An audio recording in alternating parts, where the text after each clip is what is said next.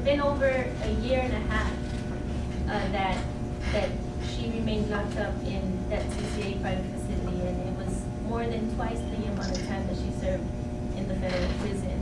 And you know, we're always real careful about talking about what the messages that we send out there look like, the dynamics of it are, because at no point are we saying that her incarceration in a federal prison was any better than her incarceration in a private prison immigration facility. But there was something more egregious about knowing that your loved one was being detained when you really couldn't justify the reason. You know, there was really like a different type of energy. I mean, you're talking about children that would wake up at 5 o'clock in the morning to, you know, with these nightmares to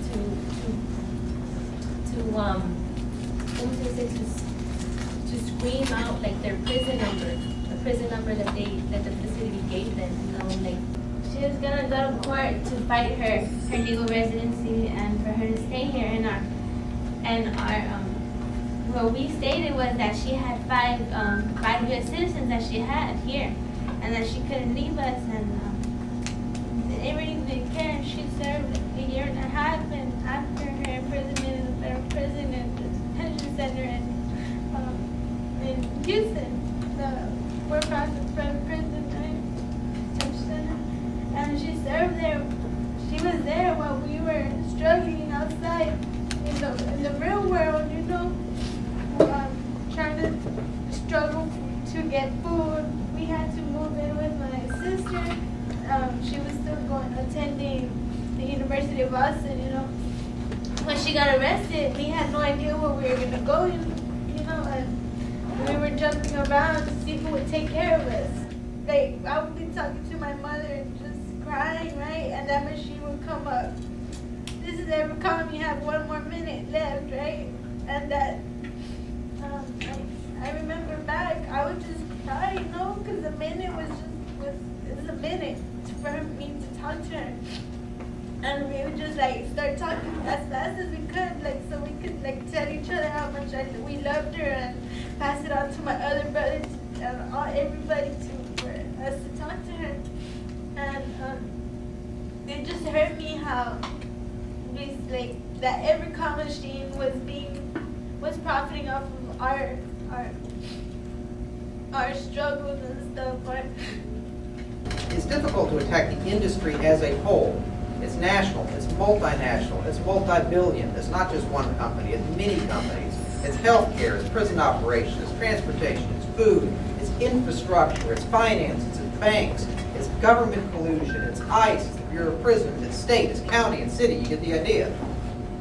So what you do is you target a part of it. You cut a slice out of that pie and you attack that slice. And then other people attack another slice and another slice. And eventually you attack the entire pie one slice at a time.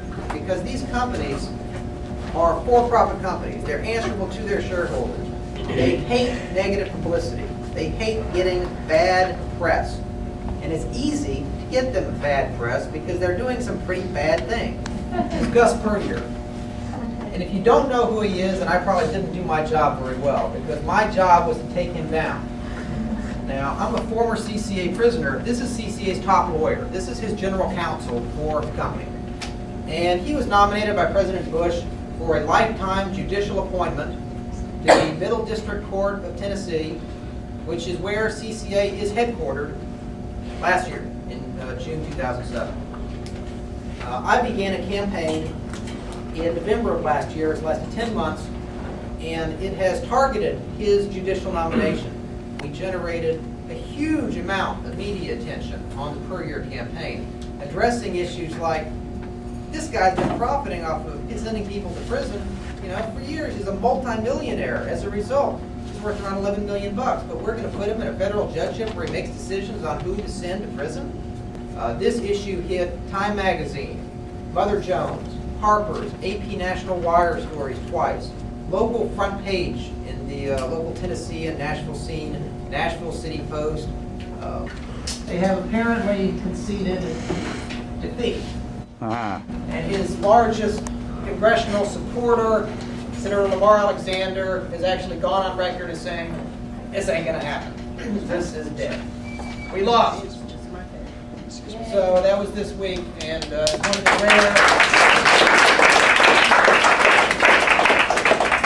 of the rare examples of defeating a Bush district court nominee.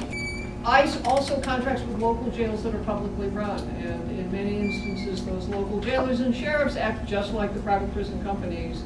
But the private prison companies get the top dollar, and to tell you what top dollar looks like, in 2005, when the average per diem for public jails in New Jersey was $80 a day, ICE was contracting with the Geo company for a small cold warehouse that they had retrofitted as a detention center right on the outskirts of JFK Airport in Queens, New York.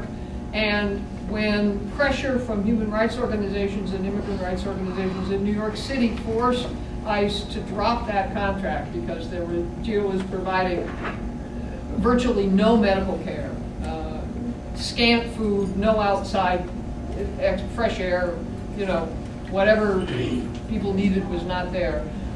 When ICE ended the contract, they told that in their press release, they said they had been paying $225 a day. Apart from the daily per diem cost, does anyone know how much it's actually costing ICE or costing the government in detaining immigrants? This is somewhere between a $4 and $6 billion industry. All of these companies, all of these facilities are funded with our tax dollars. They might be contracted out to the private industry, but where do those contracting dollars come from? From public agencies. A lot of this sounds or reminds me of things that I know about what's going on with war making and private mercenary companies like Blackwater. And that was something where in the mid-90s, 6 or 7%, kind of a similar number was doing wars, these private armed companies, and now it's more than half the people in Iraq are not actually with the army. And I'm wondering if you see this being kind of a similar trend in which these private prison companies are going to eventually make up the majority of the detention. The degree of expandability in the bigger prison industrial complex is limited by how badly these people run their prison. Our governor just passed this executive order to ramp up ICE raids, and a lot of our political focus has been on stopping the raids, not necessarily stopping the capacity to put the folks that get raided.